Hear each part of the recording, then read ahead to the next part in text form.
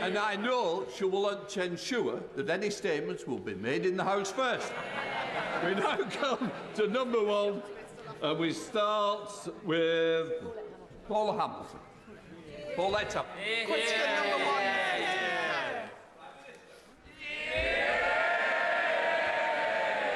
Mr. Speaker, I'm honoured to take my place as Prime Minister in this House and to take on responsibility at a vital time for our country. I am determined to deliver for everybody across our United Kingdom. I will work constructively with all members of this House to tackle the challenges we face. Mr. Speaker, this morning I had meetings with ministerial colleagues and others.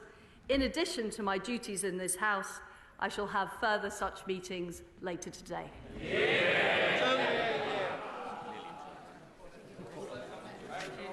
Thank you, Mr. Speaker. Can I warmly welcome the Prime Minister to her place?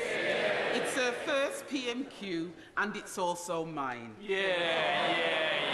In a leaked audio tape, the Prime Minister is heard saying that British workers need to put in more graft and that they are lacking in skill and application. She also wants to take away their basic workers' rights. In my Erdington constituency, the latest figures from the Commons Library show that children over 7,000 households are living in child poverty, and that 68% of those households have working parents. So does the Prime Minister believe that thousands of working parents on low income in my community should just put in more graft? Well,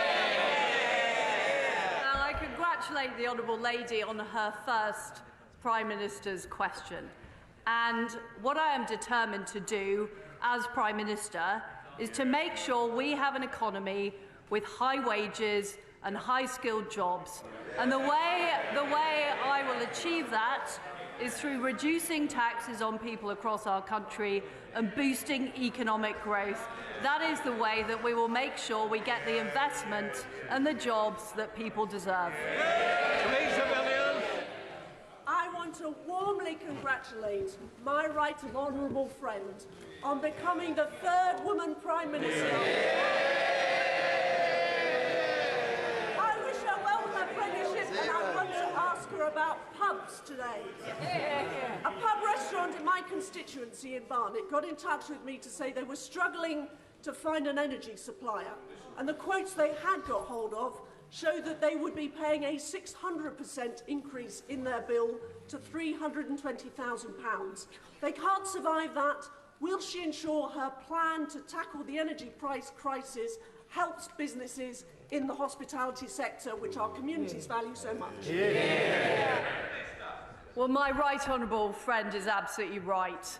The hospitality industry is vital, and I will make sure in our energy plan that will help support businesses and people with the immediate price crisis, as well as making sure there are long-term supplies available, will help businesses as well as helping individual households. We now come to the Leader of the Opposition, Keir Starmer. Thank you, Mr. Speaker. Can I congratulate the Prime Minister on her appointment? When she said in her leadership campaign that she was against windfall taxes, did she mean it? Very good. Well, I thank the right honourable gentleman for his welcome.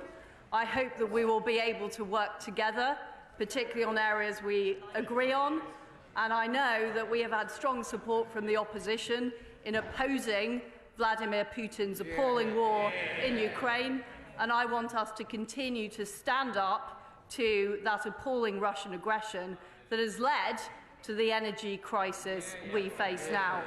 I am against a windfall tax. I believe it is the wrong thing to be putting companies off investing in the United Kingdom just when we need to be growing the economy.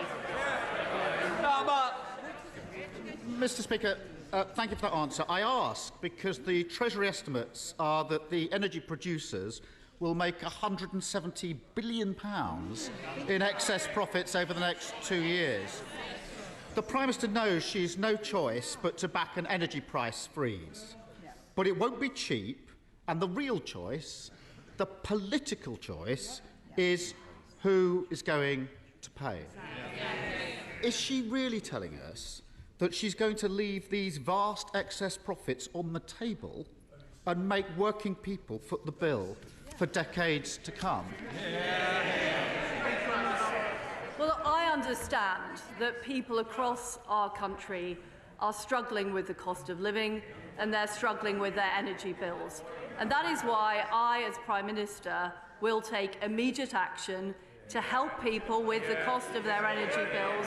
And I will be making an announcement to this House on that tomorrow and giving people certainty to make sure that they are able to get through this winter and be able to have the energy supplies and be able to afford it. But we can't just deal with today's problem. We can't just put a sticking plaster on it.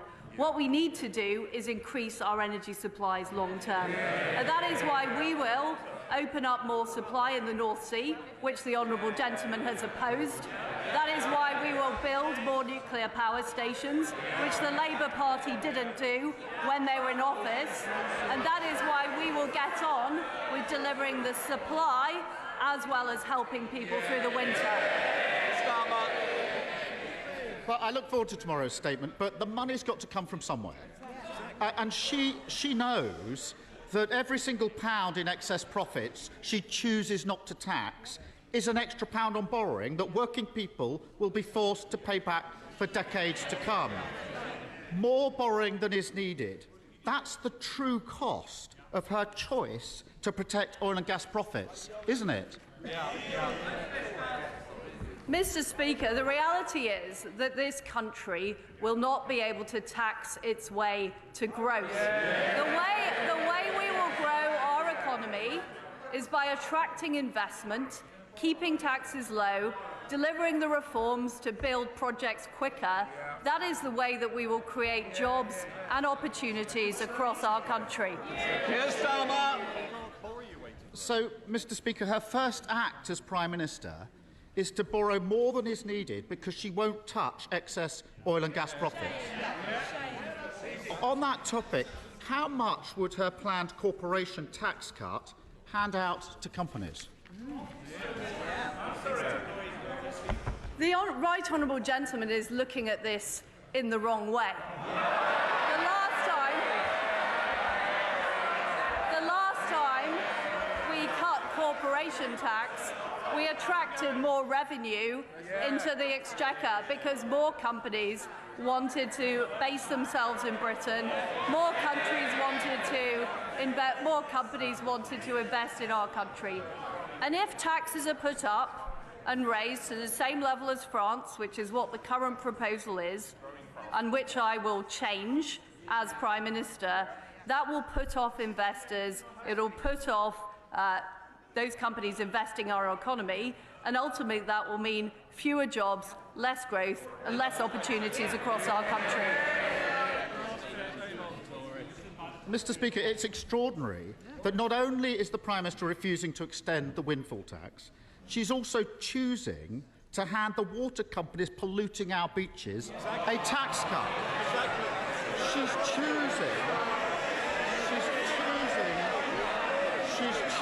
to hand the banks a tax cut. She's choosing to hand the banks a tax cut. Add it all together, and companies that are already doing well are getting a £17 billion tax cut, while working people pay for the cost of living crisis, stroke victims wait an hour for an ambulance, and criminals walk the streets with impunity. Families and public services need every penny they can get.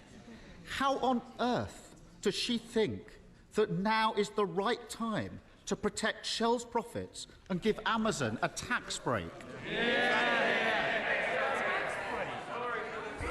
I'm on the side of people who work hard and do the right thing. the national insurance increase, and that is why we will keep corporation tax low. Because ultimately, we want investment right across our country. We want new jobs and new opportunities, and that is what I will deliver as Prime Minister. Keir Starmer. Mr. Speaker, the Prime Minister claims to be breaking orthodoxy, but the reality is she's reheating George Osborne's failed corporation tax plans, protecting oil and gas profits and forcing working people to pay the bill. She's the fourth Tory Prime Minister in 6 years. The face at the top may change, but the story remains the same. There is nothing new about the Tory fantasy of trickle-down economics.